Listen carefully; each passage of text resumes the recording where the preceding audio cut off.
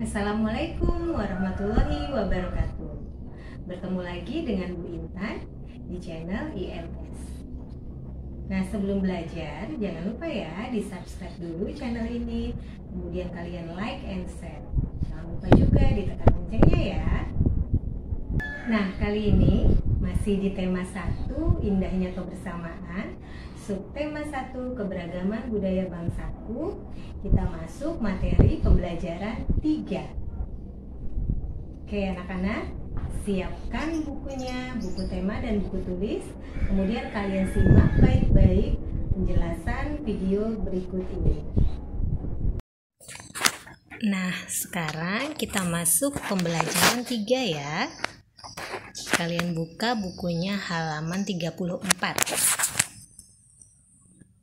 Sudah dibuka semuanya? Yuk, simak baik-baik. Permainan tradisional apa yang ada di daerahmu? Bagaimana cara memainkannya? Hari ini kamu akan mengenal dan mencoba beberapa permainan tradisional. Nah, jadi di Indonesia itu juga banyak permainan tradisional ya.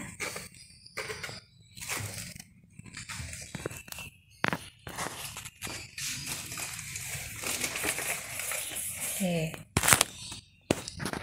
Ayo mencoba. Tahukah kamu bahwa Indonesia juga kaya dengan permainan tradisional?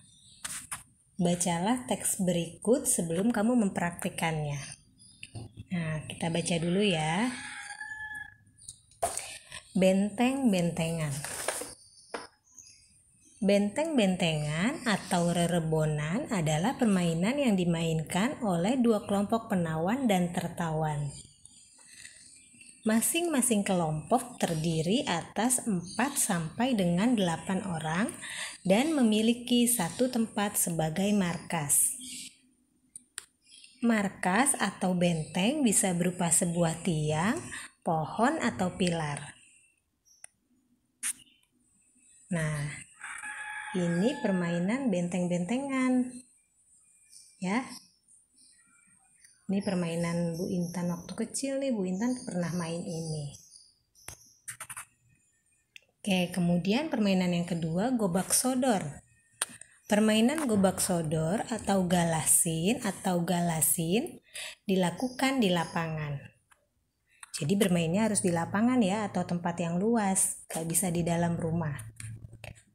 Arena bermainnya merupakan kotak persegi panjang, dan dibagi menjadi beberapa bagian secara horizontal dan vertikal. Nah, ini permainan gobak sodor atau galasin. Kalau Bu Intan dulu sebutnya galasin. Ini juga permainan waktu Bu Intan kecil. Kalian pasti pernah bermain juga ya. Nah, gobak sodor ini atau galasin, bentuk arena bermainnya itu persegi panjang, dikotak-kotakin ya. Seperti ini. Kalau benteng-bentengan itu harus ada tiang atau ada pilar, bisa juga pohon buat kita memegangnya. Oke, lanjut. Tahukah kamu bahwa untuk bermain benteng-bentengan dan gobak sodor dengan baik diperlukan beberapa keterampilan, diantaranya jalan, lari, dan lompat. Jadi kita harus bisa lari, kalau jalan semua bisa ya. Larinya tuh harus kencang, karena kalau benteng-bentengan kan nanti kita dikejar sama lawan ya. Maksudnya itu keterampilan lari itu larinya harus kuat atau harus kencang. Begitu juga galasin. Perhatikan penjelasan dan cara gurumu mempraktikkan teknik berjalan, berlari, dan melompat yang baik agar kamu dapat bermain dengan baik. Sekarang saatnya kamu bermain. Lakukan pemanasan terlebih dahulu dengan arahan dari guru. Jadi sama seperti olahraga.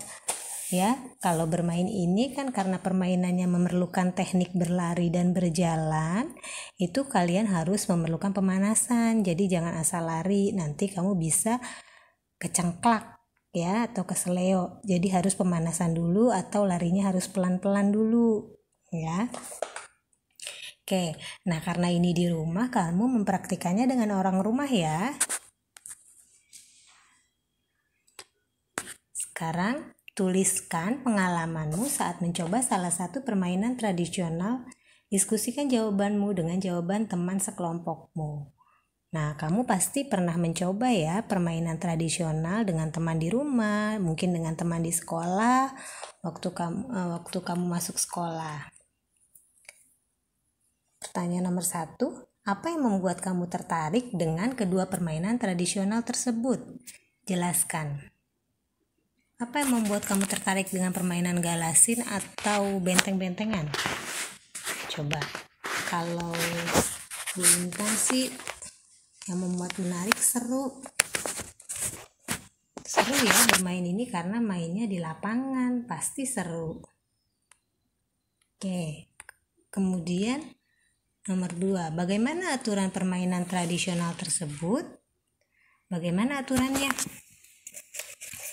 Kita lihat bagaimana aturannya. Kalau tadi di benteng-bentengan itu aturannya satu kelompok, kita tulis ya, benteng-bentengan aturannya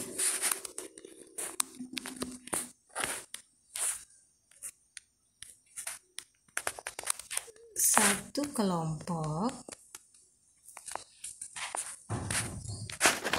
terdiri atas 4 sampai dengan 8 orang.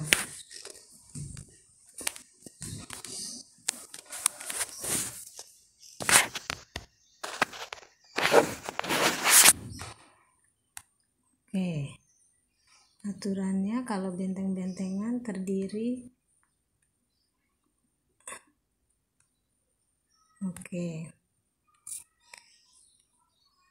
aturan permainan tradisional benteng-bentengan terdiri satu kelompok terdiri atas 4 atau 8 sampai 8 orang. Kemudian kalau gobak sodor aturannya apa?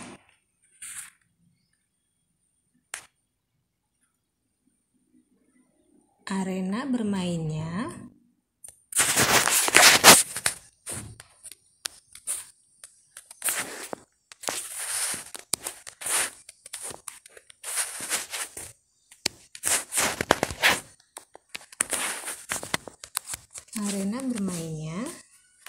merupakan kotak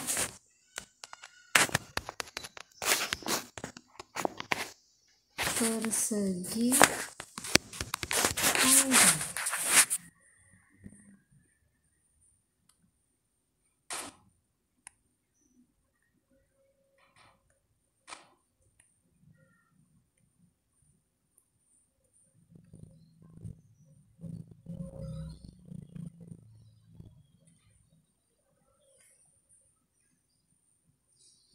Mati.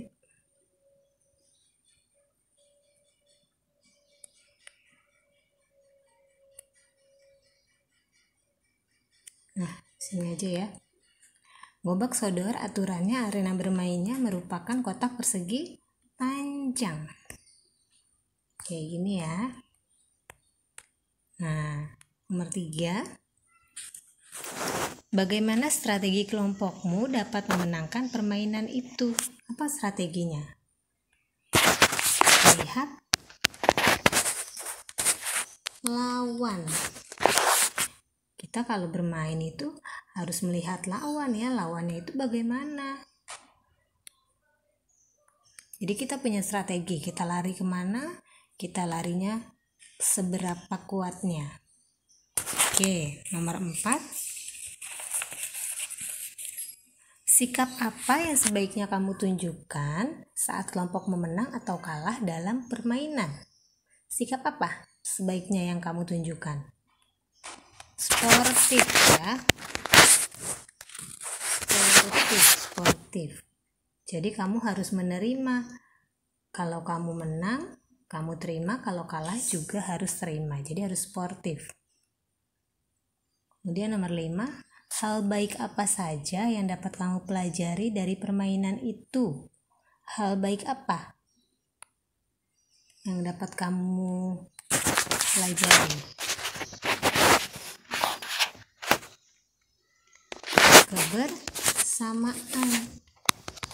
Hal baik kebersamaan, kekompakan, karena ini permainannya berkelompok, jadi kamu harus kompak, harus bersama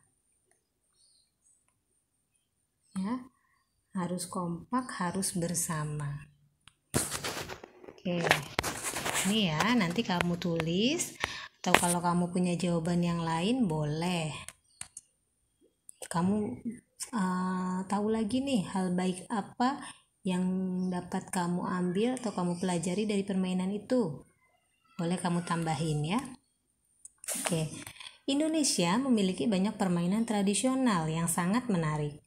Banyaknya jenis permainan tradisional ini menunjukkan keragaman budaya yang harus kita jaga. Nah, jadi permainan tradisional itu juga merupakan keragaman budaya Indonesia ya.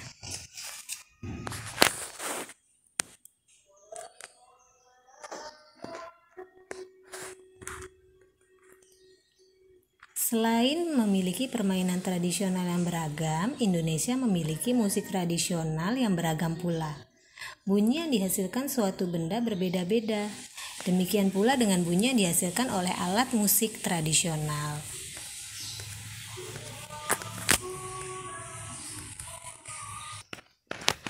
Nah, jadi Indonesia memang punya banyak sekali keberagaman budaya ya.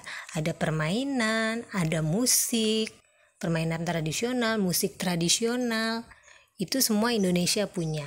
Nah, musik tradisional yang beraneka ragam itu juga dimiliki oleh Indonesia, dan hasil bunyi yang dikeluarkan oleh musik-musik tradisional itu berbeda-beda ya, karena alat musiknya juga banyak. Oke, kita lanjut ke halaman berikutnya, halaman 37. Bagaimana bunyi bisa sampai ke telinga kita? Bagaimana bunyi bisa sampai ke telinga kita? Yaitu melalui rambatan. Karena bunyi bisa merambat melalui benda padat, benda cair, dan benda gas. Ya. Buatlah pertanyaan tentang perambatan bunyi. Diskusikan pertanyaan yang kamu buat dengan kelompokmu. Kemudian sampaikan hasilnya di depan kelas. Lakukan percobaan berikut dalam kelompokmu. Nah, karena ini di rumah, jadi kelompoknya di rumah ya, dengan orang tuamu ya. Coba kamu buat pertanyaan tentang perambatan bunyi, kemudian kamu diskusikan dengan mamahmu. Ya. Nah, ini ada praktek perambatan bunyi. Ada beberapa percobaan, kalian praktekkan ya dengan orang tua di rumah, bisa juga dengan kakak atau adik di rumah.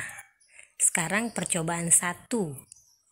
Tujuannya mengidentifikasi sifat bunyi atau merambat melalui udara. Ya, bunyi juga bisa merambat melalui udara. Ya. Alat dan bahan: selang plastik, selang ya, panjangnya 2 meter atau lebih boleh. Langkah kerja: 1. Pegang salah satu ujung selang dan minta temanmu memegang ujung lainnya. 2. Dekatkan ujung selang ke telinga. 3. Minta temanmu berbicara melalui ujung selang yang ia pegang. 4. Dengarkan dan catat apa yang ia sampaikan. Berikan hasilnya kepada temanmu untuk diperiksa. Hasilnya kamu sampaikan ke temanmu atau ke orang tuamu. Nah, seperti ini ya gambarnya. Jadi pakai selang, panjangnya 2 meter boleh lebih ya. Jadi yang satu kamu taruh di depan mulut kamu buat kamu bersuara. Yang satu temanmu pegang atau mamahmu pegang, ditaruh di telinganya. Seperti ini gambarnya ya anak-anak ya. Jangan lupa dipraktekkan ya. Oke. Kemudian percobaan berikutnya, percobaan 2. Tujuan mengidentifikasi sifat bunyi atau merambat melalui benda padat. Alat dan bahan: 1. Gelas plastik 4 buah. 2. Benang kasur.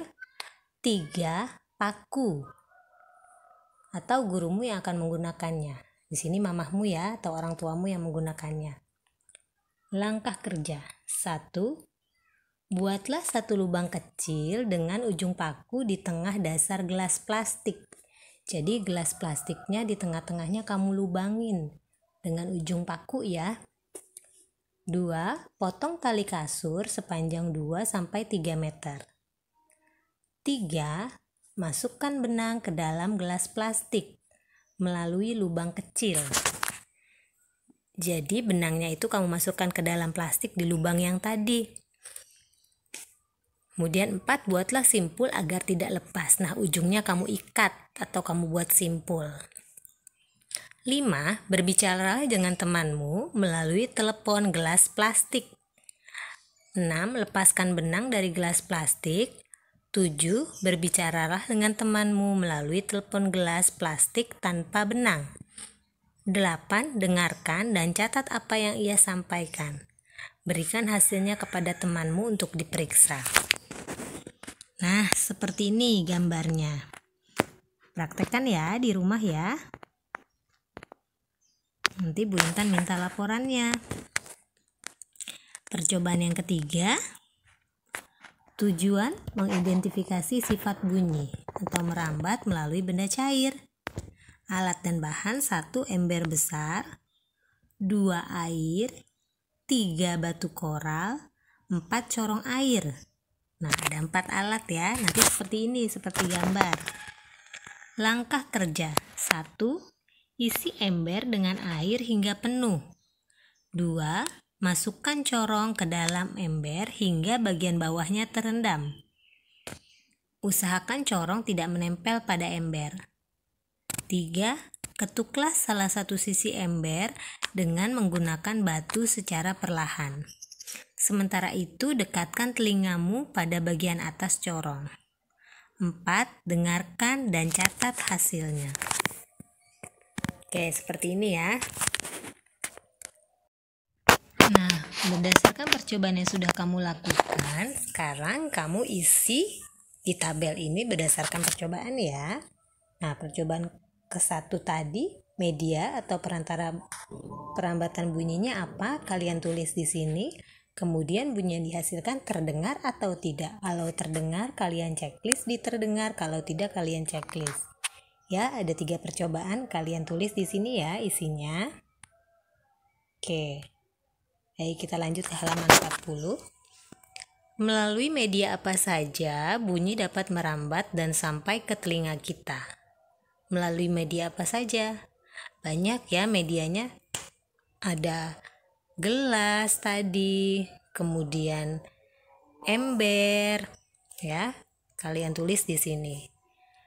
Nah, pertanyaan berikutnya, media atau benda apakah yang digunakan untuk merambatkan bunyi? Nah, sama ya, media apa saja yang tadi digunakan untuk merambat bunyi? Agar bunyinya merambat, tadi menggunakan selang atau tali. Kemudian, apakah bunyi yang dihasilkan dari setiap media sama?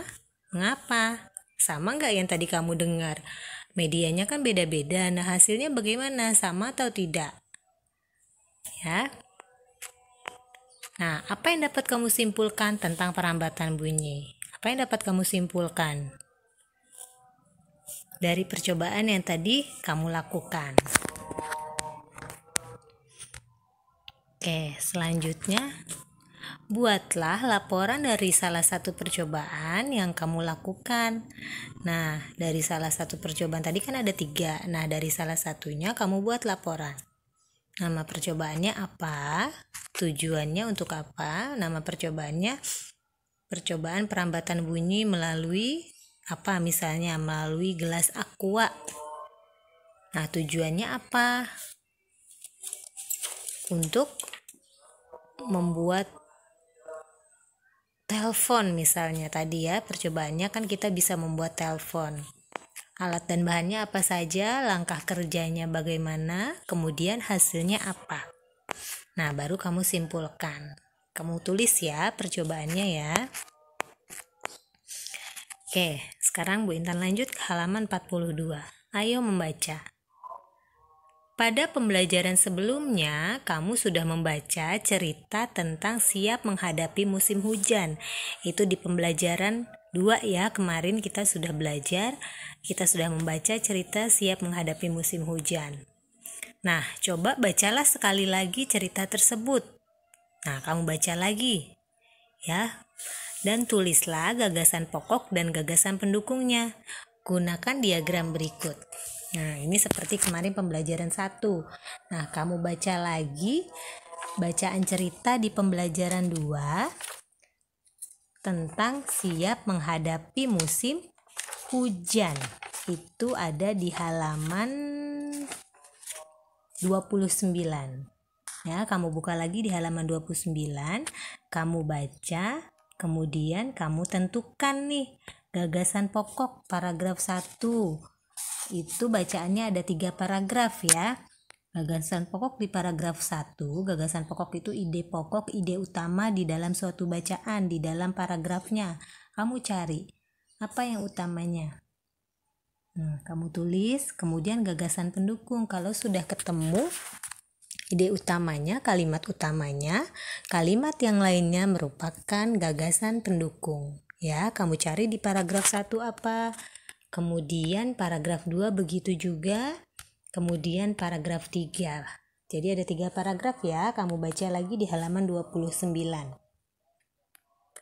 Oke. Sekarang halaman 45. Ayo berdiskusi. Diskusikan hasilnya dengan teman dan gurumu. Nah, kamu diskusikan hasilnya tadi dengan orang tuamu di rumah ya. Boleh juga dengan temanmu kalau memang ada temanmu di rumah. Kamu diskusikan. Ayo renungkan. Nah, pembelajaran hari ini kita sudah terakhir. Apa yang kamu pelajari dari kegiatan hari ini? Apa yang kamu pelajari? Ada tadi kita permainan tradisional. Kemudian perambatan bunyi. Keragaman apa yang kamu pelajari? Keragaman budaya Indonesia melalui permainan tradisional.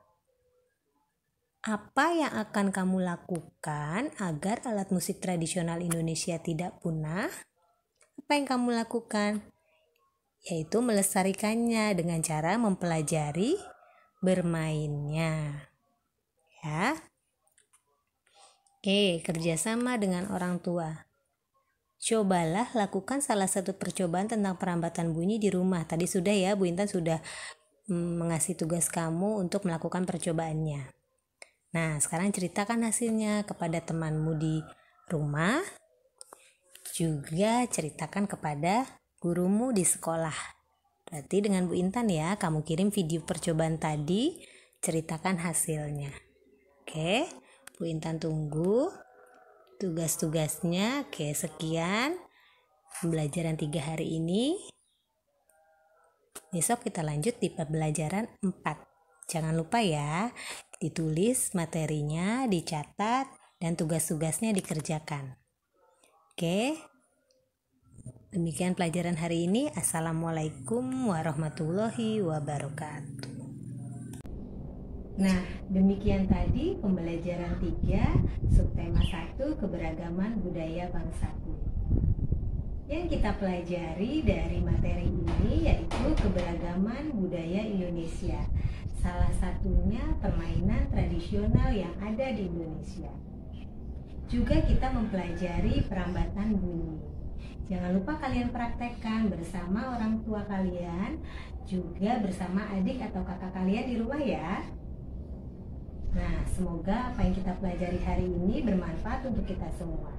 Bu Intan akhiri. Assalamualaikum warahmatullahi wabarakatuh. Salam sehat semuanya.